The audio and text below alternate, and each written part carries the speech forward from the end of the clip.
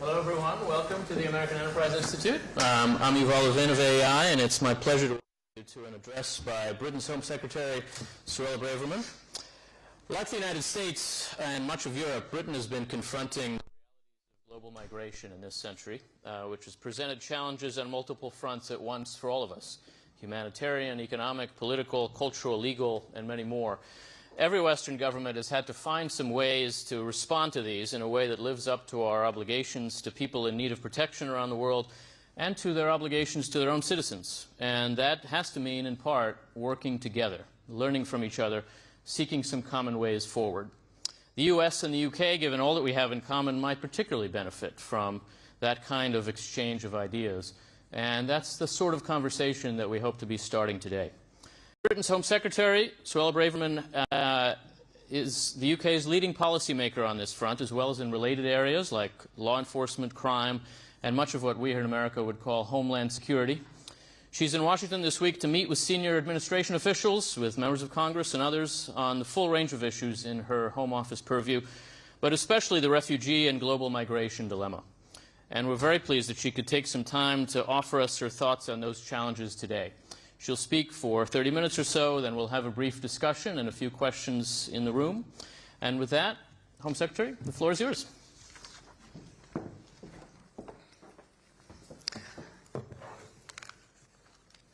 Thank you very much for the welcome. It is always a great pleasure to be here in America, and it's a particular privilege to be speaking at the American Enterprise Institute, an organization that has contributed so much to the intellectual foundations of the conservative movement in the US and the UK, and to our public life more broadly. Some of those affiliated with AEI have had a significant impact on my own thinking: Thomas Sowell, James Q. Wilson, Justice Scalia, and Britain's Sir Roger Scruton, who was a visiting scholar here for several years. Now, I'm here in America to talk about a critical and shared global challenge: uncontrolled and illegal migration. It's an existential challenge for the political and cultural institutions of the West. Just as it's a basic rule of history that nations which cannot defend their borders will not long survive, it is a basic rule of politics that political systems which cannot control their borders will not maintain the consent of the people and thus not long endure. You do not have to be a clairvoyant to see how might this all unfold. To understand the future, cast your mind back a couple of weeks and a few thousand miles southeast of here to the tiny Italian island of Lampedusa, population then 6,000. Lampedusa, where in a 24-hour period beginning on the 12th of September, over 120 boats carrying more than 5,000 illegal migrants made the 100-mile crossing from Tunisia in Africa to Italy. Within 48 hours, illegal arrivals outnumbered the local population, and a state of emergency had been declared. By the 20th of September, at least 11,000 had landed, with migrants sleeping in the street, stealing food, and clashing with the police. These 11,000 are part of the estimated 133,000 people who've already come to Italy illegally by sea in the first 6 months of this year. That number is almost double the number of arrivals at the same point in 2022. And in 2022, a total of 330,000 illegal border crossings into the EU were detected, an increase of 66% compared to 2021. Of course, it's worth noting that most numbers relating to illegal migration are approximations. Nobody knows the true number of illegal arrivals, and estimates in this area very rarely turn out to be lower. America faces similar challenges. Thousands of people illegally cross the border on a daily basis. Illegal migration to the US has in recent years gone from just under 2 million in 2021 to more than 2.8 million this year. Illegal migration is not merely an event-driven or cyclical problem. It's a permanent and structural challenge for the developed nations in general and the West in particular. Unless we act, it will only worsen in the years to come. War, political instability and climate change will of course exacerbate migration flows. According to the UN, at the end of 2022, there were over 108 million forcibly displaced people globally, with 29 million considered to be refugees by the UNHCR. But we must be honest. The fundamental drivers of this epoch-defining challenge are economics and demography. In January, the World Economic Forum said that migration will become one of the top 5 global risks in the next decade, ahead of national resource crisis, geo-economic confrontation and environmental disasters. It's a fallacy that as countries get richer, emigration from them declines. As the American economist Michael Clemens has found, emigration from a country tends to rise until it reaches a level of income of about $10,000 per person before declining. World Bank data show that more than 3 billion people live in countries where the average income is below this threshold. The potential for migration to increase yet further is truly colossal. The raw numbers show how demand for migration, legal or otherwise, is likely to surge in the coming years. So too does personal testimony. A 2021 Gallup poll found that 16% of adults worldwide, around 900 million people, would like permanently to leave their own country. And those numbers are not evenly distributed around the world. 37% of people living in sub-Saharan Africa, some 481 million people, and 27% of those living in the Middle East and North Africa, around 156 million, say they'd like to migrate. The ease with which some of them might reach Europe poses a unique and deepening challenge.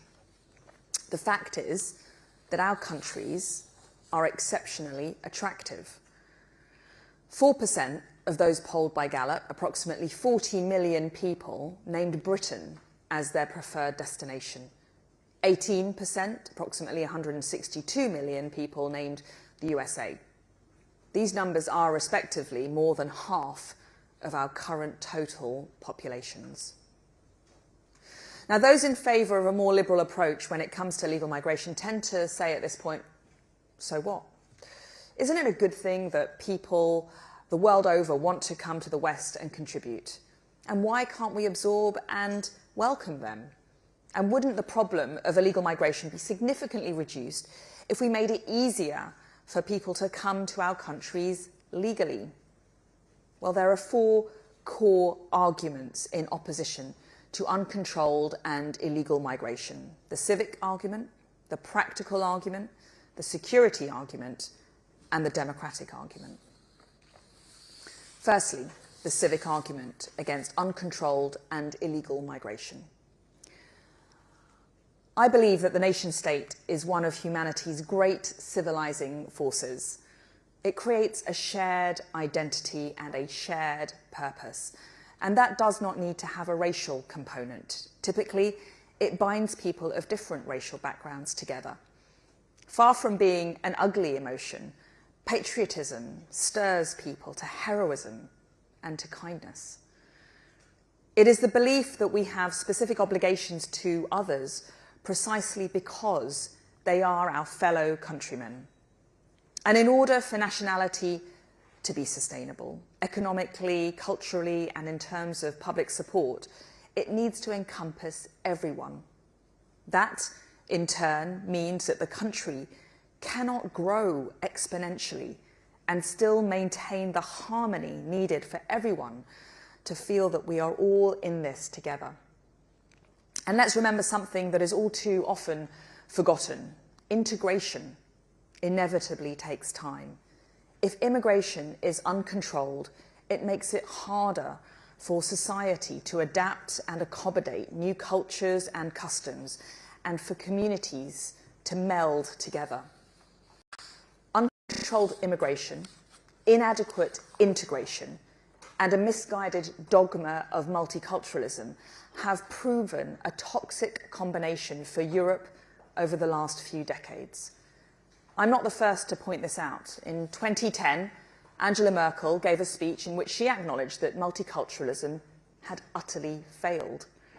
And then French President Nicolas Sarkozy and British Prime Minister David Cameron echoed similar sentiments shortly thereafter. Multiculturalism makes no demands of the incomer to integrate. It has failed because it allowed people to come to our society and live parallel lives in it. They could be in the society, but not of the society. And in extreme cases, they could pursue lives aimed at undermining the stability and threatening the security of our society. We are living with the consequence of that failure today. You can see it play out in the streets all over Europe, from Malmo to Paris, Brussels to Leicester. It is 13 years since Merkel gave her speech, and I'm not sure that very much has changed since. If people are not able to settle in our countries and start to think of themselves as British, American, French or German, then something is going badly wrong. National identity is not something invented in an ivory tower or by advertising executives. The nation state has endured because it means something real to almost all of us, and that is true the world over. Given how much it matters, it must be protected. Saying so does not make one anti-immigrant, nor does it mean you're anti-immigration. I am the child of immigrants, and it's no betrayal of my parents' story to say that immigration must be controlled. There is an optimal level of immigration. It is not zero. But there has been more migration to the UK and Europe in the last 25 years than in all the time that went before. It has been too much, too quick, with too little thought given to integration and the impact on social cohesion. And the fact that the optimal level is hard to define and will vary across time and for different countries doesn't change that fundamental fact. Nor should it blind us from this simple truth. If cultural change is too rapid and too big, then what was already there is diluted. Eventually, it will disappear. Secondly, the practical argument against uncontrolled and illegal migration. The unprecedented rise in illegal migration to the UK via small boat crossings from France has put unsustainable pressure on the UK's asylum system and the British taxpayer. Approximately 109,000 people have illegally crossed the Channel via small boats since 2018, including 45,000 alone last year. Consequently, the cost of the UK's asylum system has roughly doubled in the last year and now stands at nearly £4 billion. A decade ago, the total cost of the taxpayer was around £500 million. The UK is now spending £8 million a day on accommodating migrants in hotels. And we are not unique in these challenges, of course. In March, roughly 1/3 of all hotel rooms in Ireland were being used to accommodate asylum seekers and refugees. In New York City is accommodating some 40,000 migrants in hotels. Earlier this month, New York's Democratic Mayor Eric Adams exclaimed that the migrants' crisis will destroy New York City. Recent analysis suggests that it will cost New York approximately $10 billion annually to support the roughly 110,000 asylum seekers who have arrived there after crossing the southern border this year. Unless countries can prevent or rapidly remove illegal migrants, pressures on the state will compound over time. Accommodation cannot be magicked out of thin air. Nor can new schools, improved roads, extra police officers, additional healthcare, or any of the other public services upon which people rely.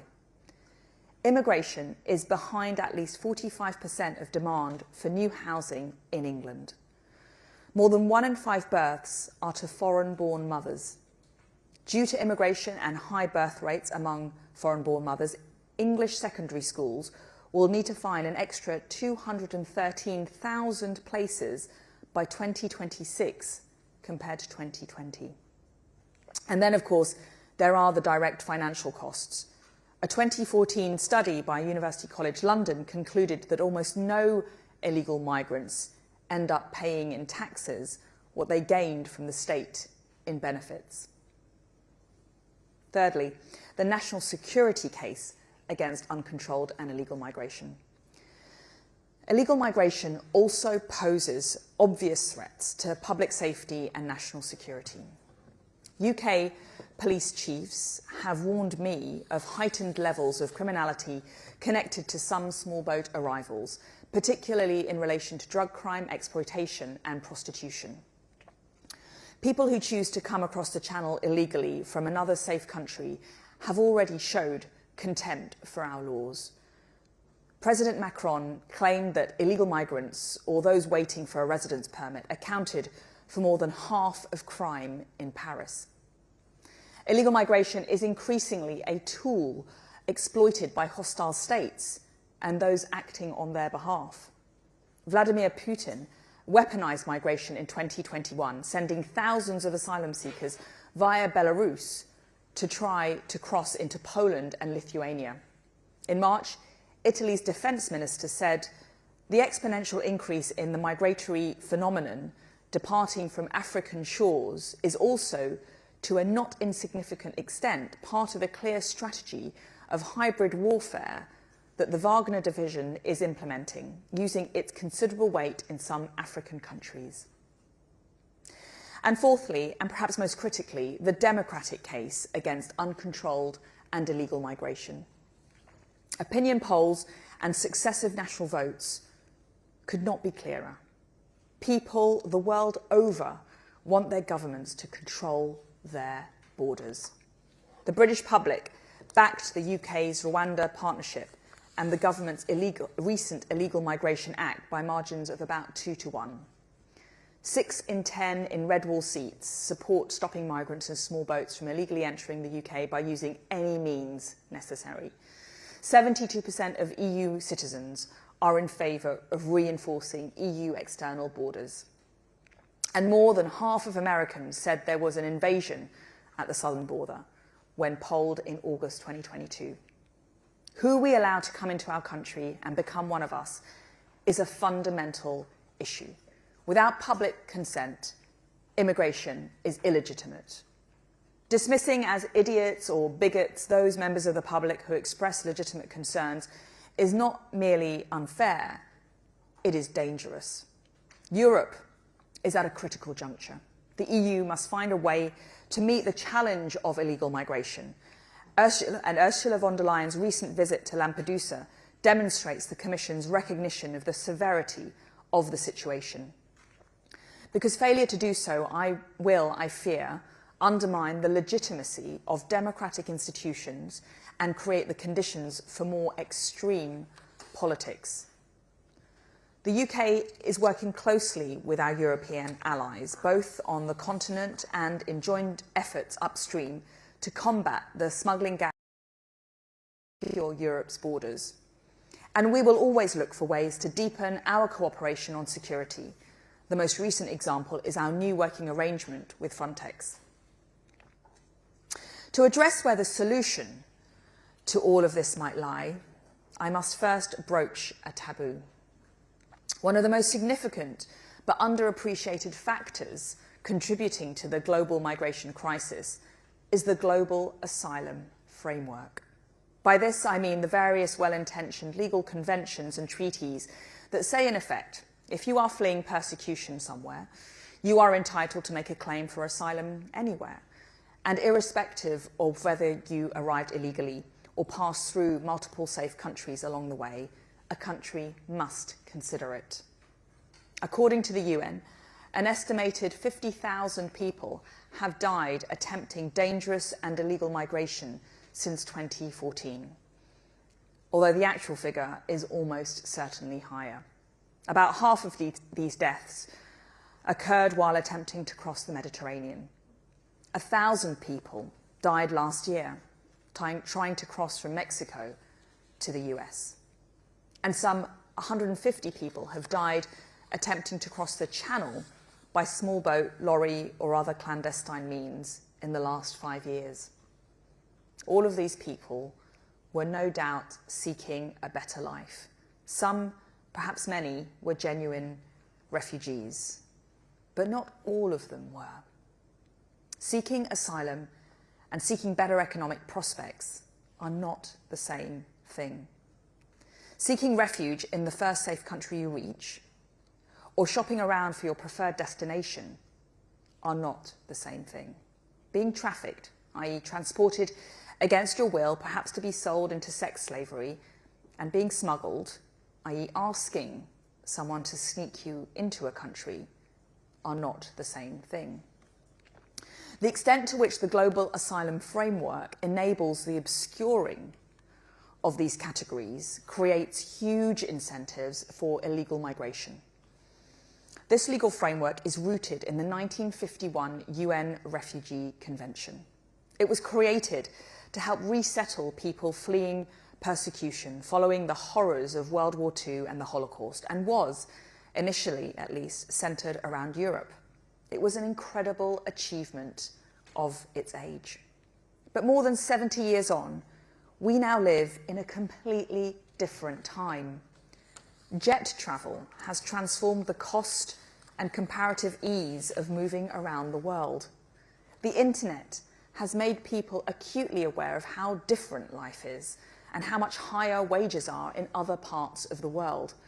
Smartphones enable smugglers to facilitate operations with great ease and smooth communication between those who have undertaken a journey and others who might like to. When the Refugee Convention was signed, it conferred protection on some 2 million people in Europe.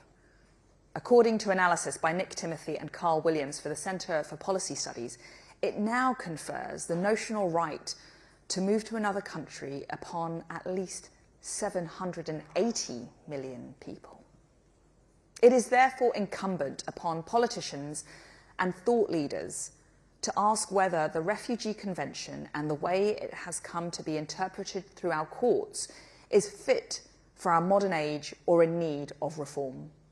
Article 1 of the Convention defines the term refugee as applying to those who, owing to a well-founded fear of being persecuted for reasons of race, religion, nationality, membership of a particular social group or political opinion, cannot safely reside in the country of their nationality.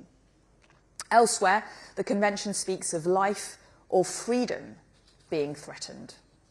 I think most members of the public would recognise those fleeing a real risk of death, torture, oppression or violence as being in need of protection. However, as case law has developed, what we have seen in practice is an interpretive shift away from persecution in favour of something more akin to a definition of discrimination.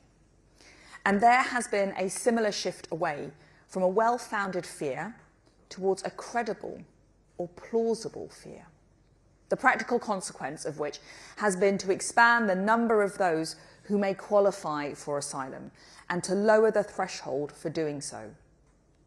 Let me be clear, there are vast swathes of the world where it is extremely difficult to be gay or to be a woman. Where individuals are being persecuted, it is right that we offer sanctuary. But we will not be able to sustain an asylum system if, in effect, simply being gay or a woman or fearful of discrimination in your country of origin is sufficient to qualify for protection. Article 31 of the Refugee Convention makes clear that it is intended to apply to individuals coming directly from a territory where their life was threatened. It also states that where people are crossing borders without permission, they should present themselves without delay to the authorities and must show good cause for any illegal entry.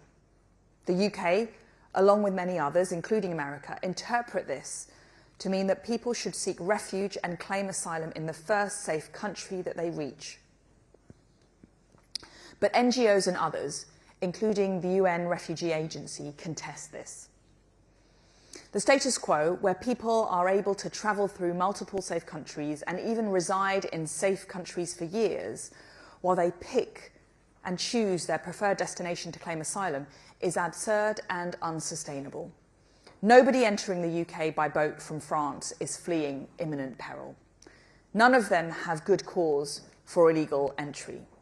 The vast majority have passed through multiple other safe countries and in some instances have resided in safe countries for several years. There is a strong argument that they should cease to be treated as refugees during their onward movement. There are also many whose journeys originate from countries that the public would consider to be manifestly safe, like Turkey or Albania or India. In these instances, most are simply economic migrants, gaming the asylum system to their advantage. In Europe, we've added, through the European Convention on Human Rights, additional human rights laws. The global asylum framework is a promissory note that the West cannot fulfill.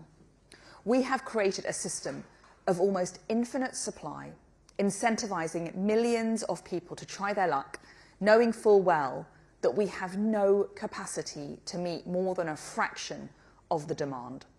Tragically, the ease with which this system can be gained by those that don't really need it means it is the most vulnerable, women, children, those without the money to pay people smugglers, and those not fit enough to make arduous journeys that lose out. In the UK, roughly 70% of those arriving illegally on small boat are men aged under 40. This is a hypocritical position for the West to maintain, and by creating a market for people smuggling, it is leading to considerable human suffering. So why has the international community so far collectively failed to explore any serious reform of the global asylum framework? I think there are two main reasons. The first is simply that it's very hard to renegotiate these instruments. If you think getting 27 EU member states to agree is difficult, try getting agreement at the United Nations. The second is much more cynical. The fear of being branded a racist or illiberal. Any attempt to reform the Refugee Convention will see you smeared as anti-refugee. Similar epithets are hurled at anyone who suggests reform of the ECHR or its court in Strasbourg. I reject the notion that a country cannot be expected to respect human rights if it is not signed up to an international human rights organisation. As if the UK doesn't have a proud history of human rights dating back to Magna Carta, and the ECHR is all that is holding us back from becoming Russia. America, Canada, New Zealand and Japan seem to manage just fine. None of this is particularly novel, nor should it be particularly controversial. As Home Secretary, Theresa May called for Britain to leave the ECHR, and it was Conservative Party policy under Michael Howard to leave the Refugee Convention. I'm merely advocating for reform. Now, while the underlying framework is both a contributing factor to the problem and a barrier to certain fixes, some countries have been more successful in tackling illegal migration than others. Australia had to cope with two major waves of illegal maritime migration across the Pacific in the last 2 decades. In the last wave, before they stopped the crossings, more than 52,000 unauthorised maritime arrivals and around 1,100 deaths at sea were recorded between 2008 and 2014. Operation Sovereign Borders saw migrant boats intercepted, and then those on board were either returned whence they had travelled or taken to immigration detention centres in third countries. There were some 400 illegal boat crossings in 2013, the year the operation was enacted. Within a year, the problem was eliminated. Denmark, between 2015 and 2016, announced a range of measures intended to make their asylum system significantly less attractive as a destination for illegal migration. The result was a reduction in claims from 21,000 in 2015 to 6,000 in 2016 and 1,500 in 2020. For every one asylum seeker that arrived in Denmark in 2021, 3 arrived in Sweden on a per capita basis. So unilateral and bilateral solutions and policies of deterrence can and do work. This is the route the UK has chosen to go down. In 2022, some 12,000 Albanians entered the UK illegally via small boat. In response, we strengthened how we worked with Albania, including improved data sharing, closer operational working, new expedited returns arrangements and financial support. These measures have seen the number of Albanian small boat arrivals fall by 90% so far during 2023. We also work closely with France. Last year, the Prime Minister signed a historic bilateral agreement to deepen our cooperation in combating illegal migration. That included significant investment to increase frontline staffing and policing levels in northern France, better real-time intelligence and data sharing, supported by embedded UK officers, and improved intelligence cooperation to increase disruptions, arrests and prosecutions. This sort of cooperation is necessary, but not sufficient in terms of results. Overall crossings are down more than 20% so far this year, compared with 2022. The system that we are working to deliver through our Legal Migration Act is one that, within the limitations of the broader rights-based framework, says that the only route to asylum in the UK must be a safe and legal route. Anyone who enters the UK illegally will be deemed inadmissible to our asylum system, and following assessment will be detained and swiftly removed to their home country if that's safe, or to a safe third country if not. In 2021, we signed our groundbreaking migration and economic development partnership with Rwanda. Under this agreement, Rwanda will accept physical and legal responsibility for illegal migrants relocated from the UK and look after all their needs while their claims are considered, with a full package to support their integration into Rwandan society. We always knew that our partnership would be challenged in court, and we remain confident that the UK Supreme Court will uphold the legality of the scheme later this year, enabling us to start putting it into operation. While our political opponents, NGOs and others dismissed the partnership as an immoral gimmick when it was first announced, it is striking how many countries run by governments of varying political hues have now expressed in public and in private conversations their support for this model. Many are now pursuing variations of their own. The UK will continue to prioritise policies of deterrence and border hardening alongside of safe and legal routes. At the same time, we will look to build consensus for more fundamental reform of the asylum framework at the international level. The goal for reform must be to embed certain principles in the global asylum framework. Deterring illegal migration must be an aim. Countries must have a say in what volume of refugees they are capable of resettling each year. Support and protection should, to the fullest extent possible, be rendered in neighbouring safe countries where it is most efficient to deliver and able to reach those that need it most. The only route to resettlement should be via safe and legal routes. People must claim asylum in the first safe country they reach. The definition of who qualifies for protection must be tightened, and policies of externalisation, such as our partnership with Rwanda, must be recognised as appropriate. I don't accept the false choice between acting unilaterally or even bilaterally to protect one's border and solving this problem through multilateral cooperation. International cooperation is essential if we are to find enduring solutions to the challenges of global migration and deliver an asylum framework fit for the modern age. But nations cannot simply sit on their hands while a reform process plays out. It is right that they act in their national interest. I have, in recent weeks, been meeting with fellow interior ministers in Europe. I will continue doing so in the coming months and hope to bring together partners to a forum where we can begin discussing some of the matters that I've touched on today. Is the Refugee Convention in need of reform? Would a revised global asylum framework work, and how would it look? How can we better balance national rights and human rights so that the latter do not undermine national sovereignty? Could the ECHR be more transparent and accountable in how it interprets human rights and give greater power to nation states to make arguments and present evidence?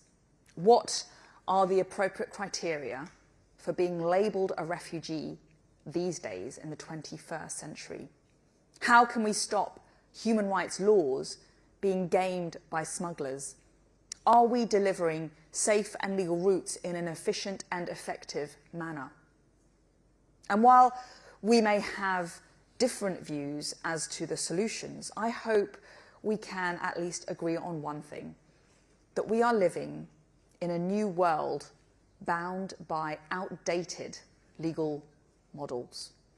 It's time that we acknowledge that. Thank you.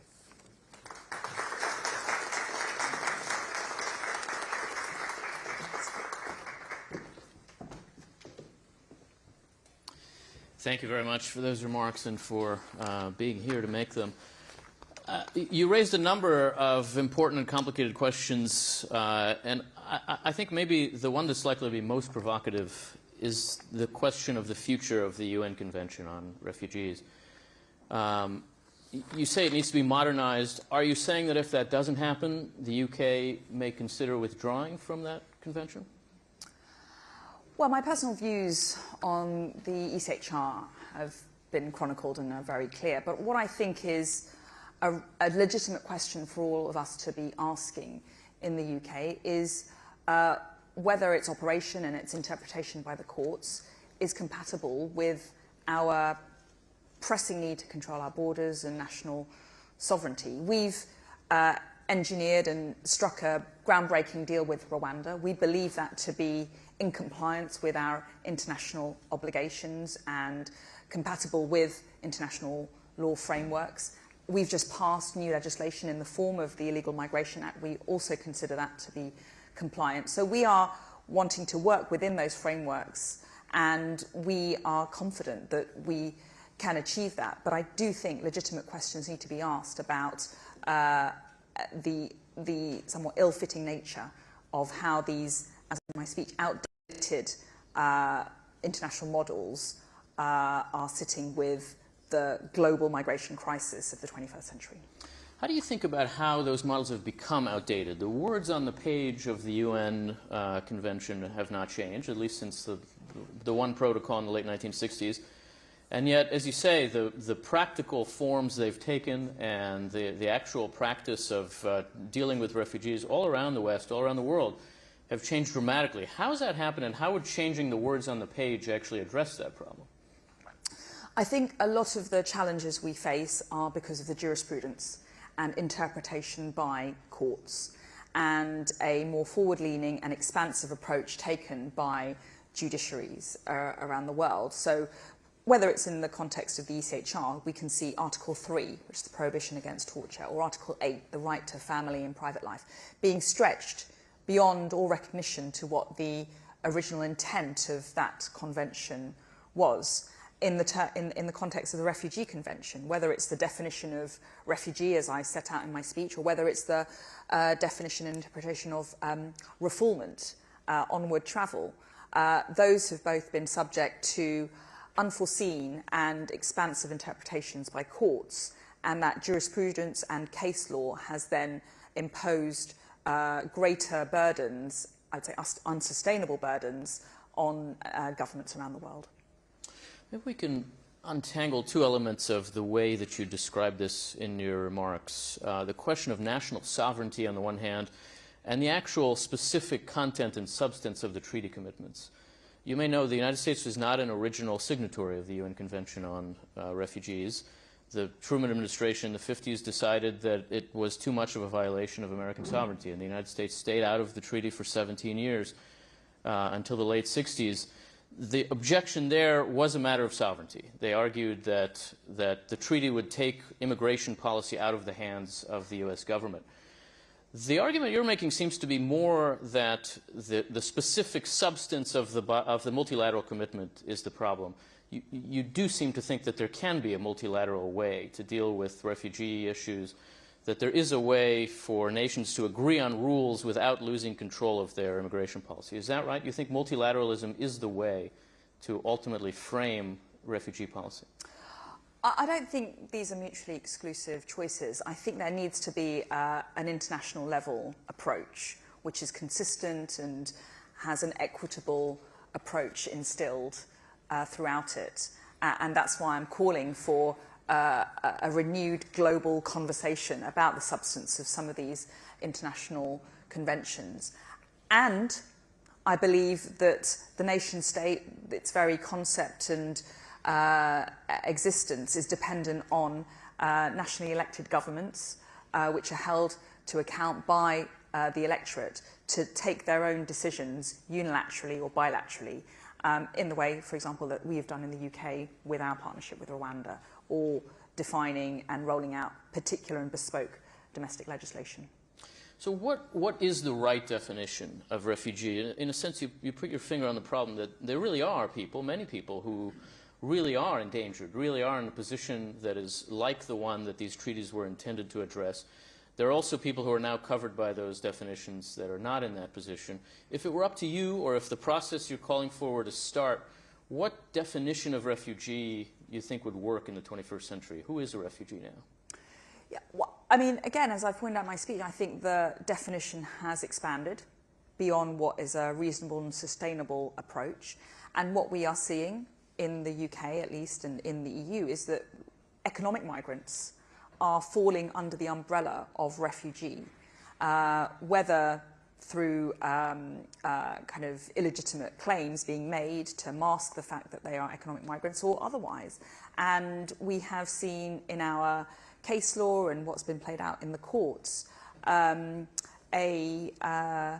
disproportionate allowance being made for economic migrants under the guise of asylum law. And that line has been blurred. As I've said, people are leaving a safe country like France, coming to the UK and claiming asylum on a prima facie interpretation of the international text. That should not be allowed. But jurisprudence, case law, practice, convention has built up over time to render that not the case. So that's one very simple example of where a reaffirmation of the existing definition is what would be involved. Yes. I think we do need to review that and look at it in the context of increasing numbers, increasing ease of travel, and pressures on countries. So you're here to talk about these issues with your American counterparts. You're meeting with the Attorney General and the Secretary of Homeland Security and others. Do you have a sense of how they will respond to this argument? Do you have a sense of the Biden administration's attitude about the need to modernize the refugee arrangements, or in general a sense of their response to the situation they're dealing with at the southern border here? Well, listen, I value the very good dialogue and relationship operationally that I have with my opposite numbers in the US administration, Secretary Mayorkas and Attorney General Garland. And the UK and the US, we share so many common values, and we're both grappling with this challenge in very similar ways. I'm keen to start this conversation. I have talked about it in other international fora with other international counterparts, and that has been something that's been met with, some level of support. So I hope that we can start amplifying this kind of global level conversation amongst like-minded nations. But listen, I commend Alexandra Mayorkas for the approach that is being taken here in America. For example, agreements with Mexico is very similar to how we've been working with France and with Albania to try and ease the flow. It's incredibly complex. challenging situation, and it's very difficult to find nations who can declare victory on this problem. We're going to take a couple of questions here in the room, but before we do that, just maybe one reflection on your own background as a daughter of immigrants. How does that shape how you approach these kinds of questions? These are obviously intense, contested questions in the UK as much as in the US. What do you think that background brings to the table for you? How do, and how do immigrant communities in Britain think about the refugee question at this moment? Well, I have a somewhat personal experience of migration. My father came to the UK as a very young man. I think he was about 19, 18. He was effectively kicked out from by Kenya in 1968. He always tells me movingly of the cold February morning that he stepped off the plane at Heathrow Airport. No friends, no money, no family, nothing but his British passport. And it was his British passport that was his symbol of hope. And he made his life in the UK, never once went back to Kenya. And I always think about the vulnerability that he must have experienced then. And my mother, she was recruited by the NHS as a girl of 18 in Mauritius. And she came over because the NHS was a symbol of excellence, of opportunity. And she came to contribute to the UK to make a better life. This is post-war in the 1960s. And they both signed up to British values wholeheartedly. They're fiercely proud of Britain, the British Empire. They're from former colonies, and being part of the UK in a full and, energetic way. And they came here lawfully. They came to the UK lawfully, by the rules, occupying their place in the queue. And I think it's informed my view of migration. And what I think angers many people in Britain, whether they are from a migrant background or not, is the sense of unfairness, that people are jumping the queue, that they are breaking our rules, that they are coming here, gaming the system. The sense of unfairness, the sense of injustice, I think, is what really angers people in the UK, myself included. Let's take a couple of questions in the room. We have just a few minutes. We can start back. There's a microphone coming your way just a moment. Thank you very much, Home Secretary. I'm Mark Stone. I'm from Sky News. Thank you for doing this. I just wanted to pick up on the anecdote you just gave, a very eloquent anecdote about your father, that he had no friends, no money, no passport. He wanted a better life. Do you accept that that is the story replicated throughout this migration journey? Every single one of those people has the same story that your father had. And I wonder how you could square that with your views that you have outlined this morning. And just to follow up, if I can, some have called your speech here grandstanding, and you can kind of see why. This is a very, very small room in America. You're speaking to a very small audience. And I wonder if this is perhaps more about your leadership ambitions of a party that's really quite struggling at the moment. Well, addressing the first issue, I mean, what you're suggesting is because I'm the child of immigrants, I have to adopt a position which is pro-migration and pro the status quo. And I totally and fundamentally refute that. I think that is totally at odds with the challenge that we are facing today. Unprecedented levels of people coming to our country illegally with no right to be there, gaming our system, pretending to be refugee, pretending to be fleeing persecution, to come to the country illegitimately. And I mean, that cannot be how we conduct this conversation. We need to be honest with the British people, and we need to be honest about the challenges and the solutions. And just because I have an immigrant background does not exclude me from this conversation. And my job as Home Secretary is to be honest with the British people, to tell them that the system as it currently stands internationally is not working. We need to start working towards a solution that is sustainable and fair. Listen, I'm incredibly honoured to be here at the AEI. The AEI represents the forefront of thought leadership and policy making in the US and actually internationally. And to be hosted here to talk about migration in the international context, followed by meetings with my American counterparts, is really, again, part of my day job, part of my duty as Home Secretary. I want to lead this conversation globally, and I want to work with like-minded partners to find a solution. Let's take one last question if we can, right over here at the end. Thank you, Home Secretary. Tony Diver from the Daily Telegraph.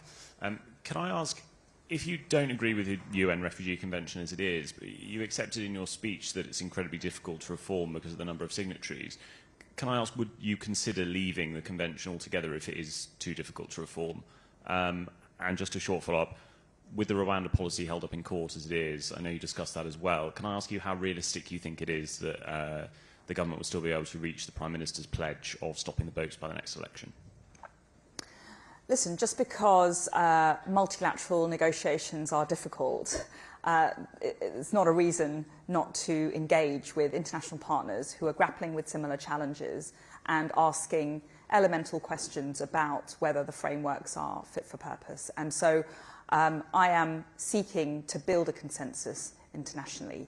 And ultimately, the Prime Minister himself has said, we'll do whatever it takes to stop the boats. And that's my position. And that illustrates the resolve, the intent and the commitment of the UK government to fix this problem, whatever is required. The second question was about... how realistic do you think it is that the boats will be stopped? The Prime Minister seems to be less confident than Listen, I mean, we've made progress this year. We've passed the largest piece of legislation, the largest changes, set of reforms to our migration laws in a decade. We've passed our Illegal Migration Act. Many people said we wouldn't be able to get that enacted, and we achieved that goal earlier this year. We are now awaiting the decision, the hearing and the decision of the Supreme Court on our Rwanda agreement. I'm confident in the lawfulness of the agreement. I'm reassured by the fact that the Lord Chief Justice, the most senior judge outside the Supreme Court, found in the government's favour. The High Court found in the government's favour.